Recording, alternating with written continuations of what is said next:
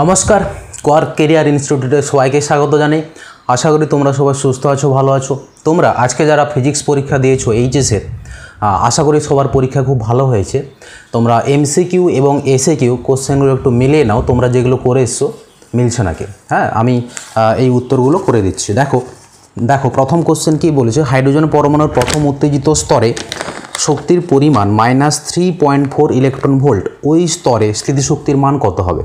Option A দেওয়া আছে -3.4 electron volt, option B দেওয়া আছে -6.8 ইলেকট্রন ভোল্ট, অপশান সি দেওয়া আছে 3.4 ইলেকট্রন ভোল্ট, অপশান ডি দেওয়া আছে 6.8 ইলেকট্রন ভোল্ট। তোমরা জানো যে ইপি ইজ ইকুয়াল টু কী হয়, 2 × EN হয়। তাহলে যেহেতু ইলেকট্রনের শক্তির পরিমাণ দেখো -3.4 ইলেকট্রন ভোল্ট, তাহলে এখানে ইপি ইজ ইকুয়াল টু আমরা কত পাবো, যে -6.8 ইলেকট্রন ভোল্ট। দেখো অপশান বি আছে, তাহলে অপশান বি হবে।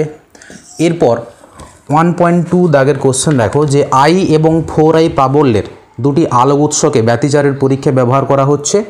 যে বিন্দুতে দুটি উৎস থেকে তরঙ্গদ্বয় π/2 দশা পার্থক্যে মিলিত হয় তার প্রাবল্য কত হবে? এটা তোমরা ইকুয়েশন জানো, যে I = I1 + I2 + 2 × √I1 I2 × cos φ। দেখো এখানে φ = কত বলেছে, π/2, তাহলে I = কত হবে, I1 কত I, আর I2 কত 4i, আর cos φ মানে কত 0। যেহেতু এখানে দেখো দুটো i আছে, এটাকে i ড্যাশ করে দাও, i ড্যাশ, তাহলে i ড্যাশ = কত হবে 5i। তাহলে অপশান কোনটা হবে, অপশান বি। হ্যাঁ, এরপর 1.2 অথবা দেখো, অথবা কি বলেছে, অথবা ইয়ংয়ের দ্বিরেখা ছিদ্র পরীক্ষায় দুটি ছিদ্রের মধ্যে দূরত্ব d এবং ছিদ্র থেকে পর্দার দূরত্ব D, ব্যবহৃত আলোর তরঙ্গদৈর্ঘ্য λ, তাহলে ঝালরের কৌণিক বেগ কত? আমরা ঝালরের কৌণিক বেগ n-তম ফ্রিঞ্জের ক্ষেত্রে কি জানি, θn = xn/d জানি। তাহলে xn = কত হয়, dn λ/2d / D, তাহলে কত হচ্ছে n λ/2d। এটা n-তমর ক্ষেত্রে। যদি প্রথমের ক্ষেত্রে হলো 1 নম্বর ক্ষেত্রে, তাহলে কী হবে, যেহেতু এখানে n বলেনি, n = 1 বসিয়ে দাও, তাহলে θ1 = কত হবে, λ/2d। তাহলে অপশান কোনটা হবে, অপশান ডি হবে 1.2 অথবা। এরপর দেখো 1.3 কি বলেছে, যে বিভিন্ন বর্ণের অক্ষরের উপর একটি সমতল কাঁচফলক রাখা হলো, যে অক্ষরটি কম উপরে উঠবে তা হলো। তোমরা সমতল পাতের ক্ষেত্রে আপাত সরণ হয়, হ্যাঁ, যে আপাত সরণের ইকুয়েশান কি জানো, যে d × 1 - 1/μ হয়। তাহলে দেখো এই আপাত সরণটা কম হতে হবে, এটাকে কি হতে হবে, কম হতে হবে। তাহলে বলো যে মিউটাকে বেশি হতে হবে না কম হবে? মিউটা বেশি হবে না কম হবে? দেখো যদি আমি এখানে একটু সরলীকরণ করি, তাহলে d - d/μ, এই পুরো রাশিটাকে কি হতে হবে, কম হতে হবে। তাহলে নিশ্চয়ই এই যে d/μ যে পোর্শনটা আছে, এটাকে কি হতে হবে, বেশি হতে হবে। আর এইটা বেশি কখন হবে, যখন মিউটা কি হবে, কম হবে। তাহলে মিউটা কি হবে, কম হবে। আবার তোমরা মিউ ভেরিজাস কি জানো, যে 1/λ², মানে যার ক্ষেত্রে ল্যামডা বেশি তার ক্ষেত্রে মিউ কি হবে, কম হবে। তাহলে সব থেকে কোন বর্ণের আলোকের জন্য আমরা ল্যামডা বেশি জানি, লালের ক্ষেত্রে। তাহলে অপশান কোনটা হবে, এ হবে, লাল হবে।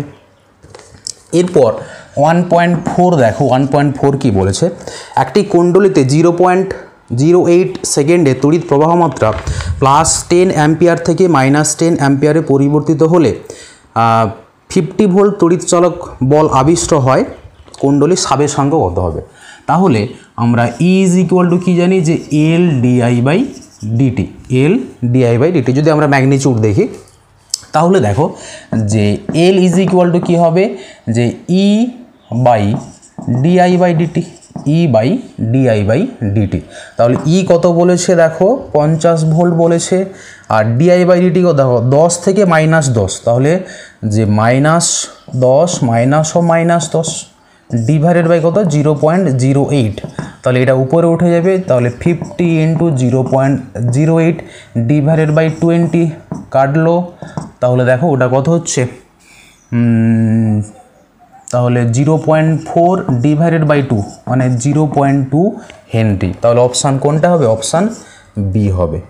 এরপর দেখো 1.5 কি বলেছে, যে কোনো একটি তড়িৎ প্রবাহ বহনকারী পরিবাহীর তড়িৎ প্রবাহ ঘনত্ব এবং তড়িৎ ক্ষেত্রের অনুপাতকে কী বলা হয়? তোমরা দেখো যে জে ইজ ইকুয়াল টু কি জানো, যে সিগমা ইন্টু ই জানো, সিগমা ইন্টু ই জানো। তাহলে এখানে J by sigma is equal to কী হবে, sorry J by E is equal to কী হবে? সিগমা। আর এইটা ইজ ইকুয়াল টু কী হয়? যে পরিবাহিতাঙ্ক। তাহলে অপশান কোনটা হবে? অপশান বি হবে। এরপর 1.6 দেখো, আচ্ছা 1.5-এ একটা অথবা আছে, 1.5-এ একটা অথবা আছে। এটা কি দেখো, একটি আভ্যন্তরীণ রোধের তড়িৎ কোষের দুই প্রান্তে আর বহিস্থ রোধ সংযোগ করা হলে যে শর্তে বর্তনীতে সর্বোচ্চ তড়িৎ প্রবাহ পাওয়া যাবে। তাহলে এটা তোমরা জানো যে যখন অন্তঃবর্তনী রোধ বহির্বর্তনী রোধের সঙ্গে সমান হবে তখন কী হবে? প্রাপ্ত ক্ষমতা সর্বোচ্চ হয়। আর ক্ষমতা যদি সর্বোচ্চ হয়, আইটাও কী হবে? সর্বোচ্চ হবে। তাহলে অপশান কী হবে? যে আর ইজ ইকুয়াল টু আর। এটা কোন অপশানে আছে? অপশান এতে আছে। এরপর 1.6 দেখো কি বলেছে। 1.6, দুটি অসীম বিস্তৃত সমতলীয় সমান্তরাল পাতে সিগমা তলমাত্রিক ঘনত্বের সমপরিমাণ বিপরীত জাতীয় আধান দেওয়া হলো। পাতদ্বয়ের মধ্যবর্তী স্থানে যে কোনো বিন্দুতে তড়িৎ ক্ষেত্র হবে কত? অপশান এ আছে sigma by 2 epsilon not, option B আছে sigma by epsilon not, option C আছে 2 sigma by epsilon not, option D আছে 0। তাহলে এটা তোমরা যে ধারকত্ব করেছিলে, সরি ধারক যে করেছিলে সমান্তরাল পাত ধারক, এটার ধরো তলমাত্রিক ঘনত্ব সিগমা, এটার তলমাত্রিক ঘনত্ব সিগমা, এটা ধরো পজিটিভ আধানে আহিত, এটা ধরো নেগেটিভ আধানে আহিত। তাহলে এই পাতের জন্য এইখানে কোনো একটা বিন্দুতে তোমরা ক্যালকুলেট করেছিলে যে E1 ইজ ইকুয়াল টু কী হয়? Sigma by 2 epsilon not. আবার এই পাতের জন্য E2 ইজ ইকুয়াল টু কী হয়? Sigma by 2 epsilon not. আবার দেখো যে এইটা হচ্ছে তোমার পজিটিভ পাত, আর এই পজিটিভ পাতের জন্য এইখানে তুমি যদি একটা ধনাত্মক একক আধান রাখো, তার উপর বলটা কোন দিকে? এই নিচের দিকে হবে। আবার নিচের যে পাতটা, তার দরুন বল দেখো নিচের দিকে। তাহলে ইলেকট্রিক ফিল্ড দেখো এদের মধ্যবর্তী যে কোনো একটা বিন্দুতে যোগ হয়ে যাচ্ছে। তাহলে ই ইজ ইকুয়াল টু কী হবে? E1 plus E2। দেখবে যে সিগমা বাই এপসাইলন নট চলে আসবে। তাহলে অপশান কোনটা হবে? অপশান বি হবে। এরপর 1.7 দেখো কি বলেছে, যে পিএন সংযোগ ডায়োডে প্রযুক্ত কম্পাঙ্ক 50 হার্জ, তাহলে অর্ধতরঙ্গ বিবর্ধন ও পূর্ণতরঙ্গ বিবর্ধন পদ্ধতিতে উৎপন্ন কম্পাঙ্ক যথাক্রমে কত কত হবে? এটা তোমরা জানো যে তরঙ্গ শীর্ষের যে সংখ্যাটা, অর্ধতরঙ্গ বিবর্ধনের ক্ষেত্রে কি হয়? যেটা হচ্ছে প্রযুক্ত কম্পাঙ্কের সঙ্গে সমান হয়। যেমন ধরো যে প্রযুক্ত কম্পাঙ্ক, ধরো এটা এসি সিগন্যাল, তাহলে এসি সিগন্যাল মানে কি? ধরো এরকমভাবে থাকবে। আর তার যে তরঙ্গ শীর্ষের সংখ্যা, সেটাই কি হবে? কম্পাঙ্কের সংখ্যা হবে বা কম্পাঙ্ক হবে। তাহলে যদি তুমি অর্ধতরঙ্গ একমুখীকরণ করো, তাহলে আমরা কি পাই? যে পজিটিভ অর্ধের জন্য পাই। এরকম ধরো পজিটিভ অর্ধ মানে এটার জন্য পাবো, এটার জন্য পাবো। তাহলে দেখো তরঙ্গ শীর্ষের সংখ্যা বা রিপুলের সময় কী হচ্ছে? এই কম্পাঙ্কের সঙ্গে সমান হচ্ছে। তাহলে অর্ধতরঙ্গ একমুখীকরণের ক্ষেত্রে কম্পাঙ্ক কত হবে? 50 হার্জ। আবার যখন এটা পূর্ণ তরঙ্গ হয়ে যাবে, তখন দেখো পজিটিভ অর্ধের জন্যও পাবে, আবার নেগেটিভ অর্ধের জন্যও পাবে। তাহলে এটার জন্য পাবে, এটার জন্য পাবে। তাহলে কি হয়ে যাবে? এরকম হয়ে যাবে। তার মানে কি ডবল হয়ে যাচ্ছে। তাহলে কি হবে? 100 হার্জ। তাহলে এখানে অপশান কি হবে? 50 হার্জ এবং 100 হার্জ। দেখো অপশান সি আছে। এরপর 1.8 দেখো বলেছে, নিচের কোন সংক্রমণের জন্য হাইড্রোজেন পরমাণু থেকে নিঃসৃত ফোটনের কম্পাঙ্ক সব থেকে কম হবে? তোমরা বোরের যে কম্পাঙ্ক শর্ত সেটা কী ছিল? যে E2 minus E1 is equal to কত? H new. তাহলে এই নিউটা কী হতে হবে? নিউটাকে কম হতে হবে। আর নিউটা কম হতে গেলে দেখো এই যে শক্তির পার্থক্য, এটা কি হতে হবে? কম হতে হবে। তাহলে যেই সংক্রমণের জন্য এই দুটো শক্তির পার্থক্য কম হবে, তার ক্ষেত্রে নিউয়ের ভ্যালু কী হবে? কম হবে। তাহলে আমাকে করে করে দেখতে হবে কোনটার ক্ষেত্রে এই যে E2 মাইনাস E1 মানে দুটো স্তরের মধ্যে শক্তির পার্থক্য কম হচ্ছে। তাহলে দেখিয়ে নিই আমরা সূত্র কি জানি। এটা দেখো হাইড্রোজেন পরমাণু বলে দিয়েছে। আর হাইড্রোজেন পরমাণুর যে ভৌম স্তরে শক্তি কত হয়? যে মাইনাস 13.6 ইলেকট্রন ভোল্ট হয়। আর এনতম স্তরে শক্তি কত হয়? যে minus 13.6 by N square electron volt. তাহলে আমি 1 নম্বর কক্ষপথে দেখি যে E1 ইজ ইকুয়াল টু কত হবে? Minus 13.6 electron volt. N is equal to 1 বসাবো, E2 ইজ ইকুয়াল টু কত হবে দেখো -13.6 ডিভাইডেড বাই এনে যায় কত হবে 2 হয়ে যায়, মানে 2 স্কোয়ার মানে কত 4, তাহলে এত ইলেকট্রন ভোল্ট। তাহলে এটা ক্যালকুলেট করলে পেয়ে যাবে যে -3.4 electron volt. E3 is equal to কত হবে, n সমান 3 বসাবে, তাহলে -13.6 ডিভাইডেড বাই 9, তাহলে এটা কত হচ্ছে যে -1.51 ইলেকট্রন ভোল্ট। E4 মানে n ইজ ইকুয়াল টু 4 শক্তি কত হবে -13.6 বাই n স্কোয়ার কত 16, তাহলে 0.85 ইলেকট্রন ভোল্ট হয়ে যাবে এটা। তাহলে আমাকে করে করে দেখতে হবে কার ক্ষেত্রে এই যে শক্তির পার্থক্য সব থেকে কম হচ্ছে। দেখো যদি 2 নম্বর থেকে 1 নম্বরে আসে, তাহলে 2 নম্বর থেকে 1 নম্বরে এলে E2 মাইনাস E1 কত হবে যে -3.4, মাইনাসে মাইনাসে প্লাস হয়ে যাবে 13.6, তাহলে এটা ডিফারেন্স কত হচ্ছে যে 10.2 ইলেকট্রন ভোল্ট। এরপর দেখো 2 নম্বর অপশান কি বলেছে, n ইজ ইকুয়াল টু 4 থেকে n ইজ ইকুয়াল টু 3, তাহলে n ইজ ইকুয়াল টু 4 থেকে n ইজ ইকুয়াল টু 3, তাহলে E4 minus E3 is equal to কত, E4 দেখো কত বলেছে, আচ্ছা এখানে একটা মাইনাস হবে, তাহলে -0.85 প্লাস E4 কত যে 1.51, তাহলে এটা ক্যালকুলেট করলে 0.66 হয়ে যাবে, 0.66 ইলেকট্রন ভোল্ট। এটা হচ্ছে 4 নম্বর থেকে 3 নম্বর।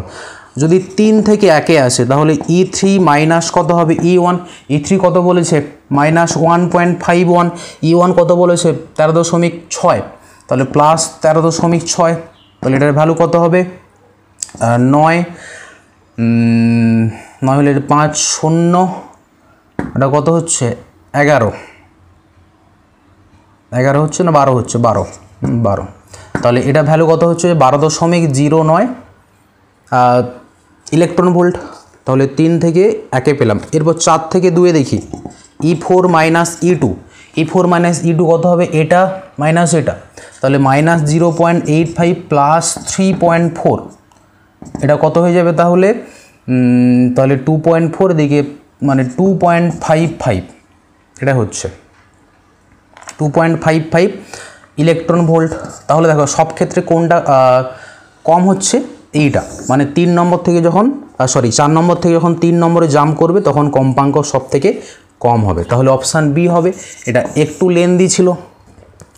এরপর এর অথবা কি বলেছে দেখো, অথবাটা সহজ ছিল, কেজি পার মিটার কিউব এককে নিউক্লিয়াসের ঘনত্ব কত। অপশান এতে বলেছে 10⁻11, অপশান বিতে বলেছে 10⁻14, অপশান সি বলেছে 10⁻17, অপশান ডি বলেছে 10⁻20। এটা তোমরা জানো যে নিউক্লিয়াসের যে ঘনত্ব কত হয় 2 × 10⁻17 কেজি পার মিটার কিউব।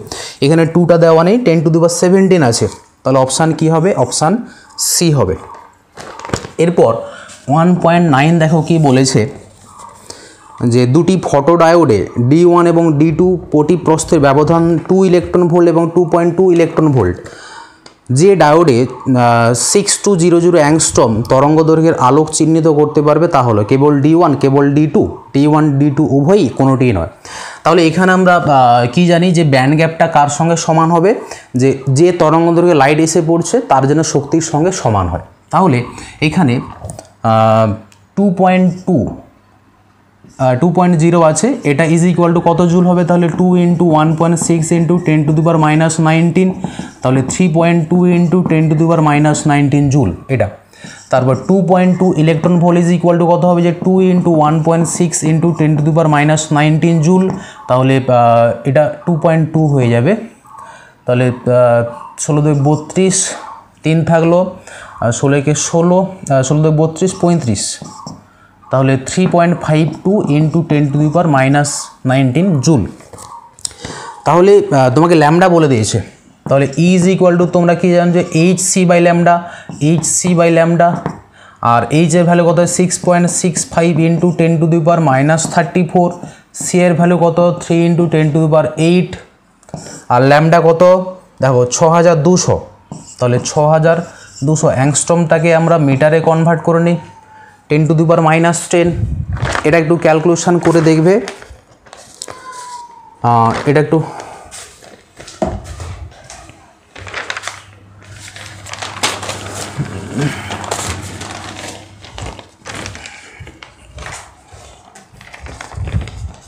এটা একটু ক্যালকুলেট করে দেখে নাও কত হচ্ছে। যে আচ্ছা 10-এর ঘাতগুলোকে আমি নিয়ে নিই, তাহলে 6.65 ইন্টু 3 ডিভাইডেড বাই 6200 ইন্টু, আচ্ছা এইদিকে -34 ওদিকে 8, তাহলে -26, 10 উপরে উঠে গেলে -16 হচ্ছে। তাহলে এটা ক্যালকুলেট করে দেখি, 6.65 ইন্টু 3 ডিভাইডেড বাই 6200, তাহলে কত হচ্ছে 3.21 ইন্টু 10⁻³ ওদিকে দেখো 16 আছে, -16, তাহলে -19 এত জুল। তাহলে এই যে তরঙ্গ দৈর্ঘ্যের আলো পড়ছে তার শক্তি কত হচ্ছে 3.2 ইন্টু 10⁻19 জুল। দেখো এইটা 2 ইলেকট্রন ভোল্টের সঙ্গে সমান হয়ে যাচ্ছে। তাহলে অপশান কোনটা হবে? শুধুমাত্র D1 হবে। আর D2 কেন হবে না? তার ক্ষেত্রে দেখো ব্যান্ড গ্যাপ 3.52, এত মানে যে শক্তি এসে পড়ছে তার তুলনায় এটা বেশি, তাহলে বেশি হওয়ার জন্য D2 কন্ডাক্ট করবে না, কিন্তু D1 কি হবে? কন্ডাক্ট করবে। তাহলে 1.9 অপশান কোনটা হবে? অপশান এ হবে, শুধুমাত্র D1। এরপর 10-এরটা দেখো, 10-এরটা কি বলেছে, নিচের কোনটি আলোকীয় তন্তুতে ব্যবহৃত হয়? আলোকীয় তন্তুতে ব্যবহৃত কি? অপশান এতে বলেছে প্রতিসরণ, অপশান বি বলেছে অপবর্তন, অপশান সি বলেছে বিচ্ছুরণ, অপশান ডি বলেছে আভ্যন্তরীণ পুনঃপ্রতিফলন। তাহলে অপশান ডি হবে আভ্যন্তরীণ পুনঃপ্রতিফলন। এটা জানো তোমরা যে কোর এবং ক্ল্যাডিং এর মাঝখানে কি হয়? আভ্যন্তরীণ পুনঃপ্রতিফলন হয়। হ্যাঁ, আচ্ছা এরপর দেখো 1.11-এ কী বলেছে যে এ ও বি দুটি ধাতব পৃষ্ঠের উপর নিউ কম্পাঙ্কের ফোটনের আপতন ঘটানো হলো যদি দুটি ধাতুর প্রারম্ভিক কম্পাঙ্ক যথাক্রমে নিউ2 এবং নিউ/2 এবং নিউ/3 হয়, তাহলে এ ও বি ধাতব পাত থেকে নিঃসৃত ইলেকট্রনগুলির সর্বোচ্চ গতিশক্তির অনুপাত কত হবে? তাহলে তোমরা সূত্র কি জানো? আইনস্টাইনের যে সূত্র ছিল যে H new is equal to কত, যে ই ম্যাক্স প্লাস কত W0 কার্য অপেক্ষক, আর W0 ইজ ইকুয়াল টু তোমরা কি জানো যে এইচ ইন্টু নিউ নট, যেটা হচ্ছে প্রারম্ভিক কম্পাঙ্ক নিউ নট। তাহলে H new is equal to E max plus H new not. তাহলে ফার্স্ট কেসে আমরা দেখি যে ফার্স্ট কেসে কি বলেছে যে নিউটা কম্পাঙ্ক ই ম্যাক্স, এটাকে আমি E1 ম্যাক্স ধরলাম, আর নিউটা কত বলে, নিউ নটটা কি বলেছে নিউ/2, তাহলে এইচ নিউ/2, তাহলে E1 max is equal to কত হচ্ছে এইচ নিউ/2। সেকেন্ড কেসে আমরা দেখি, সেকেন্ড কেসে কি হচ্ছে, সেকেন্ড কেসে H new is equal to E2 max plus কত, যে এইচ এটা কত বলেছে নিউ নটটা, তার ক্ষেত্রে সেকেন্ড কন্ডিশানে বি পাতে যে নিউ/3, তাহলে এইচ নিউ/3, তাহলে E2 max is equal to কত হচ্ছে যে 3H নিউ ডিভাইডেড বাই কত 3, এটা 2H নিউ ডিভাইডেড বাই 3 হয়ে যাবে। তোমাকে এদের অনুপাত বের করতে বলেছে, তাহলে E1 max divided by E2 max is equal to কত হবে, তাহলে H new by 2 divided by 2H new by 3, তাহলে 3টা উপরে উঠে যাচ্ছে, তাহলে 3:2 কত হচ্ছে 4। হ্যাঁ, তাহলে 3:4 কোন অপশান আছে? অপশান বি, তাহলে অপশান বি হবে। এরপর 1.12 দেখো কি বলেছে, তীব্র গতিসম্পন্ন ইলেকট্রন ধাতব লক্ষ্যবস্তুতে আঘাত করলে তড়িৎ চুম্বকের তরঙ্গের যে বিকিরণ নিঃসৃত হবে তা হলো কি x Rashmi, gamma Rashmi, অবলোহিত Rashmi R microwave. Option A হবে এক্স রশ্মি। 1.13 দেখো, একটি তড়িৎগ্রস্ত কণা সমপ্রাবল্যের চৌম্বক ক্ষেত্রে আর ব্যাসার্ধের বৃত্তাকার পথে আবর্তন করছে, যদি কণাটির শক্তির পরিমাণ দ্বিগুণ করা হয় তাহলে নতুন ব্যাসার্ধ হবে, অপশান এ বলেছে √2r, অপশান এ বলেছে √2r, অপশান বি কত বলেছে, অপশান বি বলেছে 2r, অপশান সি বলেছে 4r, আর অপশান ডি বলেছে r/√2। আমরা সূত্র কি জানি যে E is equal to Q²B²R², Q²B²R² divided by কত 2m, এটা জানি সূত্র। তাহলে এই এর জায়গায় যদি 2e হয়ে যায় তাহলে এই আরটা কি হবে, নিশ্চয়ই এখানে যদি আমি এর জায়গায় 2e করি তাহলে দেখো যে Q²B² এটা যদি r' হয় ডিভাইডেড বাই কত 2m, তাহলে এখানে এর ভ্যালু বসে দেয় 2 ইন্টু Q²B²R² ডিভাইডেড বাই কত 2m, Q²B² r' square divided by কত 2m কাটলো। তাহলে দেখো যে কিউ স্কোয়ার বি স্কোয়ার কাটলো, তাহলে আর dash square is equal to 2r square, তাহলে আর ড্যাশ ইজ ইকুয়াল টু কত হবে √2r, তাহলে ব্যাসার্ধ কত হবে √2r। দেখো অপশান এতে আছে, তাহলে 1.3 অপশান কী হবে, অপশান এ হবে। এরপর 1.14 দেখো যে একটি গোলীয় তরল ফোঁটার ধারকত্ব 1 মাইক্রোফ্যারাড, এটির বিভাজন ঘটে সমব্যাসার্ধের 8টি ফোঁটায় সৃষ্টি হয়, তাহলে প্রতিটি ফোঁটার ধারকত্ব কত হবে। অপশান এ আছে 1/2 মাইক্রোফ্যারাড, অপশান বি বলেছে 1/4 মাইক্রোফ্যারাড, অপশান সি বলেছে 1/8 মাইক্রোফ্যারাড, অপশান ডি বলেছে 8 মাইক্রোফ্যারাড। তাহলে তোমরা জানো যদি আমরা ধরে নিই যে বড় ফোঁটাটার ব্যাসার্ধ ছিল ক্যাপিটাল আর, তাহলে 4/3 পাই আর cube is equal to 8 into 4/3 small pi small R cube.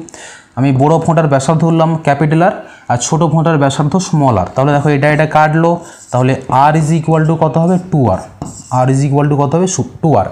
তাহলে আমরা দেখো যে নিয়ম জানি যে সিজিএস ইউনিট সিস্টেমে সি ইজ ইকুয়াল টু আর হয়, মানে ব্যাসার্ধটা ধারকত্বের সঙ্গে সমান হয়। আবার দেখো যে small R is equal to কত r/2, তাহলে r/2 যদি হয় মানে ছোটো গোলকের যে ব্যাসার্ধ সেটা বড় গোলকের ব্যাসার্ধের কী হচ্ছে হাফ হচ্ছে, তাহলে ধারকত্ব কী হবে হাফ হবে বড় ফোঁটা, তাহলে বড় ফোঁটার ধারকত্ব কত 1 মাইক্রোফ্যারাড, তাহলে ছোটো ফোঁটার ধারকত্ব কত হবে 1/2 মাইক্রোফ্যারাড, তাহলে 1/2 মাইক্রোফ্যারাড কোনটা আছে অপশান এ, তাহলে 1.14 উত্তর কত হবে যে 1/2 মাইক্রোফ্যারাড, অপশান এ।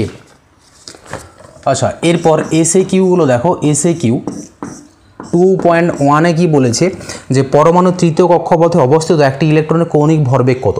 তোমরা এন ইজ ইকুয়াল টু কি জানো যে NH/2π জুল ইন্টু সেকেন্ড, তাহলে এন এর ভ্যালু কত 3 হবে, এইচ এর ভ্যালু কত 6.625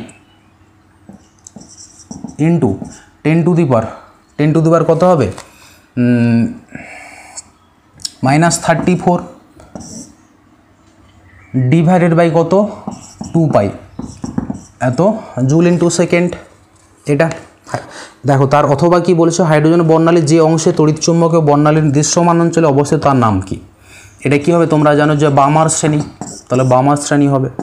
এরপর 2.2 দেখো একটি ড্যাশ তড়িৎগ্রস্ত কণা তার চতুর্দিকে শুধুমাত্র তড়িৎ ক্ষেত্র উৎপন্ন করে।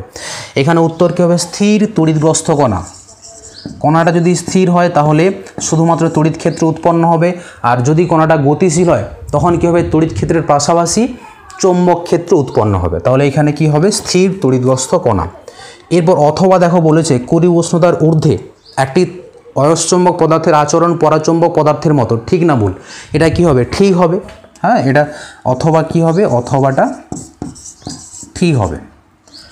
এরপর 2.3 দেখো যে অশুদ্ধ হিসাবে একটি পঞ্চযোজী মৌল সংযোজনে বিশুদ্ধ অর্ধপরিবাহীর শক্তি স্তরের কিরূপ পরিবর্তন হয়। তাহলে এন টাইপ সেমিকন্ডাক্টরের ক্ষেত্রে ভ্যালেন্স ব্যান্ড আর কন্ডাকশান ব্যান্ড, ধরো এটা কন্ডাকশান ব্যান্ড, এটা হচ্ছে ভ্যালেন্স ব্যান্ড, এটার ক্ষেত্রে কি হবে যে ফার্মি শক্তি স্তর পরিবহন পটির দিকে সরে যাবে, এটা হচ্ছে ফার্মি শক্তি স্তর। তাহলে ফার্মি শক্তি স্তর কী হবে যে পরিবহন পটির দিকে সরে যাবে। এরপর অথবা কি বলেছে যে সৌর কোষ নির্মাণে গ্যালিয়াম আর্সেনাইড ব্যবহার করা হয় কেন। গ্যালিয়াম আর্সেনাইডের ক্ষেত্রে যে ব্যান্ড গ্যাপটা হয়, ব্যান্ড গ্যাপ হয় 1.43 ইলেকট্রন ভোল্ট, আর এই 1.43 ইলেকট্রন ভোল্ট 1.5 ইলেকট্রন ভোল্টের কাছাকাছি, মানে একটা ফোটন কণিকার যে শক্তি তার প্রায় সমতুল্য। এর জন্য কি হয় গ্যালিয়াম আর্সেনাইড ব্যবহার করে। আরেকটা কারণ আছে এখানে কি বলতে পারো যে বেশি শক্তি সংগ্রাহক গুণক থাকার কারণে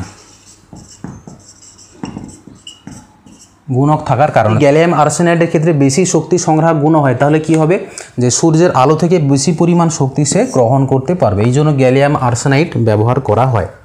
এরপর 2.4 দেখো কি বলেছে তরঙ্গ মুখের উপর অবস্থিত দুটি বিন্দু দশা পার্থক্য কত। দশা পার্থক্য কত হবে 0 হবে, হ্যাঁ। আর অথবা কি বলেছে যে একটি সরু রেখাছিদ্র থেকে নির্গত আলো উৎসের তরঙ্গ মুখের আকার কী।